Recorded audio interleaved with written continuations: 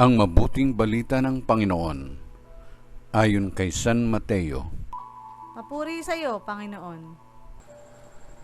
Noong panahong iyon, nang makita ni Jesus ang napakakapal na tao, umahon siya sa bundok. Pagkaupo niya'y lumapit ang kanyang mga alagad, at sila'y tinuruan niya ng ganito: Mapalad ang mga aba na wala nang inaasahan kundi ang Diyos, sapagkat makakasama sila sa kanyang kaharian. Mapalad ang mga nahapis, sapagkat aaliwin sila ng Diyos. Mapalad ang mga mapagpakumbaba, sapagkat tatamuhin nila ang ipinangako ng Diyos.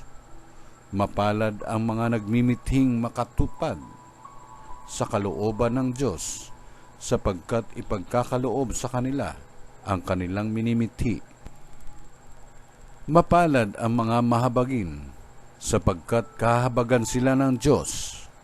Mapalad ang mga may malinis na puso, sapagkat makikita nila ang Diyos. Mapalad ang mga gumagawa ng daan sa ikapagkakasundo, sapagkat sila'y ituturing ng Diyos na mga anak niya. Mapalad ang mga pinag-uusig dahil sa kanilang pagsunod sa kalooban ng Diyos, sapagkat makakasama sila sa kanyang kaharian.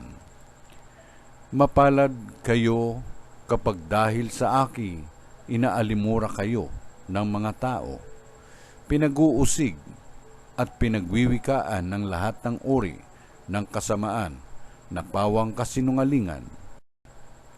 Magdiwang kayo at magalak, sapagkat malaki ang inyong gantimpala sa langit. Gayon din ang ginawa ng mga tao sa mga propetang nauna sa inyo. Ang mabuting balita ng Panginoon. Pinupuri ka namin, Panginoong Jesucristo.